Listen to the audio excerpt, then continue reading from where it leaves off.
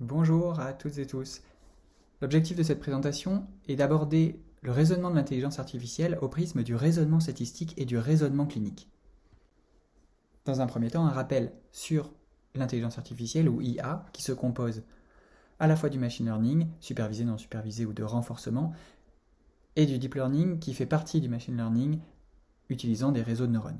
Donc, en fait, en pratique, l'intelligence artificielle ou IA est bien plus large que simplement des méthodes de machine learning et deep learning et concerne notamment différentes disciplines, de la robotique à un sociologue spécialisé en IA, puisque l'IA peut être définie comme une discipline scientifique à part entière, bien au-delà d'un ensemble d'algorithmes.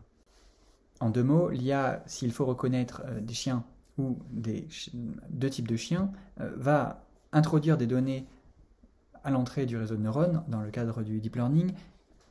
Le réseau va extraire certaines caractéristiques, donc les découper, comme dans la troisième petite vignette de cette liste, et puis introduire chacune de ces caractéristiques dans le réseau qui va traiter selon des poids d'importance successifs. Et puis il va y avoir une sortie qui peut être retraitée un certain nombre de fois dans le réseau, relancée dans le réseau un certain nombre de fois jusqu'à ce que la réponse du réseau corresponde exactement à l'image qui a été donnée au début, telle que vérifiée de manière supervisée par le clinicien ou le chercheur. Alors dans le cadre de la psychiatrie, on a des pourcentages qui sont relativement modestes, 50% étant le hasard, 60% étant un bébé ou un enfant, et 65, 70, 80% dans le cadre de certains troubles psychiatriques par le machine learning ou le deep learning. Alors avant tout, il faut déconstruire quelques mythes autour de l'IA avant d'aborder son raisonnement. Le mythe, en voici quelques-uns. Le mythe d'une IA qui serait objective, alors que les IA sont en fait faits des préjugés, non seulement des préjugés des chercheurs qui les ont composés, mais aussi de ceux qui les entraînent, et des données qui sont introduites, qui elles-mêmes sont porteuses de certaines théories et ne sont jamais pures. Les IA seraient facilement réutilisables, alors qu'en fait, c'est un mythe puisque la transférabilité d'un modèle dans un autre domaine, dans une autre discipline, pour une autre utilisation est particulièrement complexe. Troisièmement, il faudrait beaucoup de données pour faire une bonne IA. Eh bien, on s'aperçoit que le modèle doit être conçu en fonction des données. Ça, c'est vraiment un point, un des plus importants et sans doute qui constituera l'avenir de l'IA. Constituer des modèles en fonction des données et non pas utiliser des données déjà là pour construire un modèle. Quatrième point, ceux qui parlent de l'IA utilisent l'IA, et notamment une étude montrant que demi-startups dans différents pays n'utilisent pas l'IA, comme c'est 40% des startups qui n'utiliseraient pas l'IA alors qu'elles disent le faire. Un autre point serait que les prospectivistes de l'IA, c'est-à-dire ceux qui annoncent la singularité, les changements, le futur de l'IA, connaîtraient l'IA, ils sont loin d'être des spécialistes. Un autre point, c'est qu'une IA supérieure, donc qui dépasserait une IA générale et une IA restreinte, serait dans la continuité de la loi de Moore, c'est-à-dire qu'à chaque fois l'augmentation se fait de manière exponentielle mais croissante. Il y a vraiment une césure entre une IA supérieure qui dépasserait les compétences humaines et une IA générale qui serait le rassemblement de différentes IA restreintes utilisées pour des fonctions spécifiques. Et puis, avant-dernier point, les fonctions cognitives avancées pourraient être modélisées. C'est encore un point qui reste très contestable. Et puis enfin, qu'il y a un changement vraiment sociologique autour de l'IA. Il y a une continuité de l'IA, comme il y a une continuité avec l'arrivée des statistiques dans la pratique quotidienne. Mais les métiers vont sans doute changer, mais sans doute pas être détrônés. Alors deux postulats à déconstruire, donc le raisonnement statistique et le raisonnement clinique. Il y aurait une divergence entre l'IA et le raisonnement statistique, et il y aurait une divergence entre l'IA et le raisonnement clinique. Et alors là, si le premier postulat est peut-être plus intuitif, le deuxième pourrait sembler vraiment original. Alors premier postulat, est-ce que l'IA connaît une continuité avec les statistiques traditionnelles? Mon idée ici est de proposer que oui, il y a vraiment une continuité, donc on voit une évolution des statistiques qui ont évolué jusqu'aux corrélations de Pearson, depuis les corrélations de Pearson jusqu'à différentes méthodes de machine learning, random forest avec les classifications, et puis dans les années 2010, 89 et vraiment 2010, le développement du deep learning, et puis il y a un vocabulaire des statistiques et de l'IA qui est certes un peu différent, mais en fait qui exprime les mêmes choses, et donc sans rentrer dans le détail, on s'aperçoit que la continuité avec les statistiques et l'IA est vraiment là, et vraiment important à prendre en compte, c'est-à-dire que en comprenant l'histoire de l'IA, on s'aperçoit qu'il n'y a pas de rupture dans le raisonnement de l'IA par rapport aux statistiques. Alors quand même, si on veut insister sur la différence de l'IA par rapport aux statistiques, bien sûr que ce ne sont pas la même chose, et donc voilà quelques points qui illustrent le fait que l'IA a des théories qui sont particulièrement implicites, et en tout cas moins puissantes que dans les statistiques. C'est pas les théories qui drivent le raisonnement en IA. L'inférence est beaucoup plus de l'induction et de l'abduction que de la déduction, c'est-à-dire des lois qui vont être vérifiées avec les données.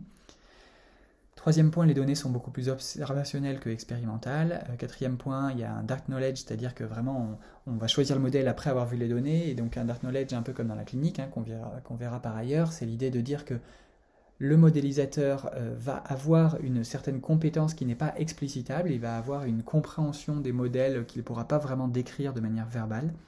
Un autre point, c'est qu'il y a un traitement de type boîte noire, en tout cas en deep learning, et puis des objectifs qui sont différents, des objectifs beaucoup plus exploratoires que confirmatoires, et puis la vérité est dans les données, ou en tout cas c'est un des principes de l'IA, c'est-à-dire qu'on va donner beaucoup plus d'importance aux données qu'aux modèles. Alors on a vu donc que l'IA peut être en continuité avec les statistiques, il n'y a pas de franche divergence entre IA et raisonnement statistique, mais en fait il faut quand même dire que l'IA est supérieure à la portée des statistiques, il y a des résultats qui sont exploitables différemment, des inférences différentes, et donc si on raisonne de cette manière, est-ce que si l'IA dépasse les capacités statistiques, eh bien est-ce que l'IA pourrait faire aussi bien que le clinicien? Alors poser comme ça la question paraît absurde. Mais finalement, c'était une question qui s'était déjà posée avec les statistiques. Donc Paul Miller en 1967 avait eu la nécessité de s'expliquer et d'expliquer à son lectorat scientifique pourquoi les statistiques qu'il mettait tant en avant ne dépasseraient jamais le clinicien. Et en fait, la question qu'on se pose aujourd'hui, est-ce que le raisonnement de l'IA peut ressembler ou va dépasser le raisonnement du clinicien? Eh bien, elle se posait déjà il y a quelques années avec les statistiques. Est-ce que le raisonnement statistique ressemblait, ou en tout cas pouvait dépasser le raisonnement du clinicien?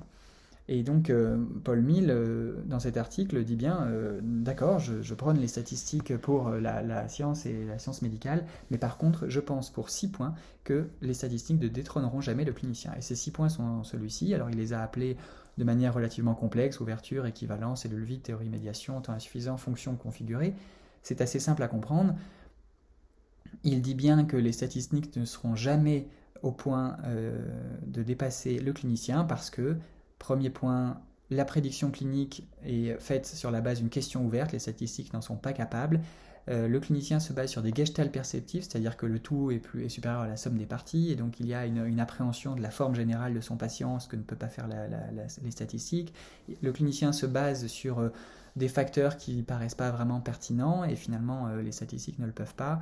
Il y a des constructions qui sont hypothétiques, non formalisables chez le clinicien, et les statistiques le nécessitent. Et puis une prédiction clinique qui doit être atteinte dans un délai très court. Alors là, les statistiques n'en étaient pas capables à l'époque. Il fallait du temps pour faire des statistiques, et le clinicien avait beaucoup moins de temps. Et la prédiction clinique nécessite des discriminations très fines, alors que les statistiques n'en sont pas capables. Et donc on s'aperçoit avec ces 6 points que le clinicien est supérieur au raisonnement statistique. Alors la grande question qui va se poser, bien sûr, c'est si on reprend ces 6 points et on les met au prisme de l'IA, est-ce que ça tient toujours? Et donc la question qui se pose, c'est que si l'IA est supérieure aux statistiques, est-ce que la remise en cause du rôle de médecin, est-ce que c'est une remise en cause du médecin en pratique clinique? Et en fait, on s'aperçoit que là, dans ce premier point, non, il y a des IA qui sont supérieures, comme on le voit à gauche, donc des IA qui permettent de se baser sur la logique floue, des raisonnements très rapides qui permettent un transfert assez important, qui apprennent rapidement avec des prédictions instantanées, et quand on ajoute des couches cachées deviennent très très discriminantes, mais en fait il va toujours manquer des choses par rapport aux cliniciens. Aucune heuristique clinique, pas d'applicabilité, d'explicabilité, de généralisabilité de l'IA dans la pratique clinique. Il y a des nécessités sociologiques comme le fait de comprendre les interactions, de dire bonjour et au revoir à un patient, de coter une consultation, des choses très concrètes et institutionnelles, voire politiques dans la consultation, qui dépassent largement le simple raisonnement de l'IA. Et puis il n'y a pas d'incarnation de la pratique clinique d'embodiment grâce à l'IA. Donc on voit dans cette diapositive que certes les 6 points de Mill sont largement dépassés par l'IA, mais en fait il manque toujours quelque chose qui ne pourra jamais être dépassé, ou en tout cas pas pour le moment, et donc le clinicien finalement serait toujours supérieur à l'IA. Alors quand on raisonne comme ça, si on va un peu plus loin, bien sûr que l'IA ne remplace pas le clinicien, mais alors quelle utilité, on raisonne toujours en termes de raisonnement de l'IA par rapport au raisonnement du clinicien, et bien en fait, le raisonnement de l'IA, quand on l'étudie, il pourrait éclairer la pratique clinique. Alors certes pas remplacer, mais éclairer. C'est-à-dire que comprendre comment fonctionne le clinicien, ça a fait l'objet d'une large littérature. Comment il raisonne le clinicien au quotidien, ça peut être étudié de différentes manières, hein, soit en observant l'arrivée du patient dans sa consultation et puis jusqu'à la sortie. Mais en fait, il y a une méthode aussi beaucoup plus rigoureuse, c'est de regarder comment l'IA va recueillir des données, les traiter et rendre un résultat. Et si on regarde ces différentes étapes qui sont dans le tableau, un recueil des variables selon une théorie particulière et qui s'entraîne et qui est utilisée, donc ça c'est le cas de l'IA, et bien on s'aperçoit qu'il y a un parallèle très fort avec le clinicien.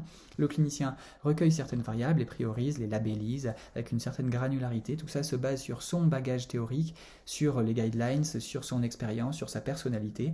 Et puis il s'entraîne avec ça. Il s'entraîne par exemple autour de l'examen classement national, qui est l'examen de 6e année pour les médecins, qui permet d'entraîner ce modèle. Et puis petit à petit, il va l'utiliser, et l'utilisation qui va permettre de renforcer son modèle intérieur. Et donc on s'aperçoit qu'il y a un modèle intérieur du clinicien qui est un petit peu du même type que le modèle de l'IA. Et donc, en fait, si on a vu que l'IA ne pouvait pas remplacer le clinicien, même si finalement elle a dépassé les statistiques traditionnelles dans son raisonnement, eh bien elle va pouvoir éclairer le raisonnement clinique de l'IA. Et donc il y a vraiment un enjeu pédagogique de comprendre l'IA pour comprendre le raisonnement du clinicien. Et donc on voit qu'il y a ici à gauche le preneur de décision, donc clinicien, et puis à droite et au milieu, en fait, on a non seulement le modèle, mais en fait, on a aussi le raisonnement du modélisateur, c'est-à-dire le raisonnement de l'ingénieur informatique qui a fait le modèle. Et donc, on a vraiment une compréhension du raisonnement clinique qui peut être éclairée par l'IA, mais il va falloir prendre aussi en compte, comme on le voit au milieu, le raisonnement du modélisateur. Et donc, voilà, pour conclure, il n'y a pas de divergence entre IA et raisonnement statistique. L'IA est dans la continuité historique, terminologique et même méthodologique des statistiques, mais l'IA se démarque quand même des statistiques par sa portée et les inférences qu'elle offre, et ça a des enjeux pédagogiques. Et ensuite, il n'y a pas de divergence entre IA et raisonnement clinique. L'IA dépasse les capacités de statistique des statistiques, hein, dans le cadre des raisonnements cliniques, on l'a vu avec les 6 facteurs de 1000, mais en fait reste largement imparfaite pour être utilisée en pratique clinique. Et en tout cas, ce qu'elle permet, c'est une meilleure compréhension de la pratique clinique lorsque on décompose ces différentes étapes. Voilà, merci de votre attention.